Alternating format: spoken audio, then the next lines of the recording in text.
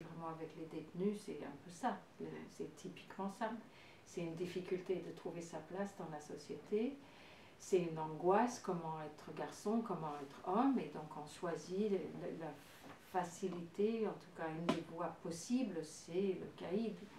Et c'est une identité qui peut être très rassurante de rouler les mécaniques. En plus, il est grand, il est beau, c'est un mec, voilà, il aurait très bien pu suivre cette voie-là et devenir un caïd des quartiers italiens de Nice. Et ben, il a eu aussi un certain nombre de cadeaux en bien, pas seulement des cadeaux en mal.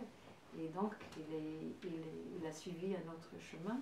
Il a mis très tôt autour de son cou un appareil photo qui l'a aidé à se défendre contre tout ce qui le menaçait dans le monde autour de lui, tout ce qui le fragilisait. Il y avait beaucoup de choses, beaucoup de facteurs. Mais je pense que quand on sent son regard sur les Roms ou sur les paysans, dans Nous sommes les derniers, le livre sur le monde paysan, on sent que ces gens l'ont accueilli dans leur cuisine, qui sont passés des soirées innombrables à discuter, à tailler le bout de gras comme ça, à sûrement siffler quelques bouteilles, etc. C'est-à-dire il est vraiment quelqu'un qui aime la vie des gens. Il ne va pas comme de l'extérieur et dire alors ça se passe comment ici. Je sais qu'il entre de plein pied. Je voyais dans cette série des Roms un petit peu comme les écrivains publics finalement. Il est à l'écoute des uns et des autres et il leur offre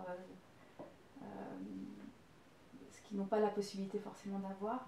Et effectivement, c'est ce qui permet d'avoir ce genre d'image. J'avais l'impression aussi que il photographie souvent. Alors, il y a la question de la trace, mais aussi peut-être de ceux qu'on ne veut plus vraiment voir. Et il leur donne quelque part une certaine noblesse à travers son regard. Et en fait, son regard, finalement, c'est son lien avec les gens qui photographient.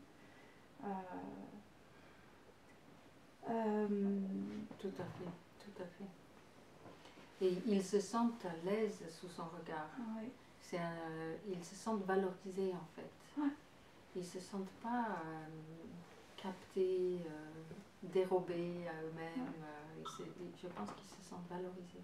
Parce qu'il n'y a pas l'urgence de la photographie, c'est quelque chose que je voulais évoquer avec vous aussi, c'est le rapport au temps. Alors j'ai remarqué quelque chose d'assez similaire entre vous et lui, c'est quelque chose de posé. Déjà quand vous parlez, il y a quelque chose de très posé. Quand vous parlez de vos recherches, ou en tout cas des sujets que vous travaillez, vous prenez le temps en fait, le temps de l'imprégnation, de la rencontre, du tissage, et dans sa démarche photographique, il y a vraiment cette question du temps, prendre le temps et pas être dans une urgence d'aller chercher l'image à tout prix. Voilà, donc je trouve que j'en viens à votre avis sur... Est-ce que vous pensez que souvent la photographie, quand on en parle, on a souvent envie d'évoquer la question de la temporalité. Est-ce que vous pensez que dans son travail, on peut ressentir ça en voyant ces images, par exemple? Je crois qu'on a en commun, Bruno et moi, une forte conscience de la mortalité. Et quelque part, je ne sais pas si c'est vrai de ce que moi j'écris, mais ces images célèbrent la fragilité. Et elles ne sont pas dans la dénégation du temps, l'arrêt du temps, elles prennent un instant, mais cet instant est inscrit dans un passage de temps qui est pleinement assumé. Je dirais ça comme ça. On n'est pas dans le déni du temps qui passe.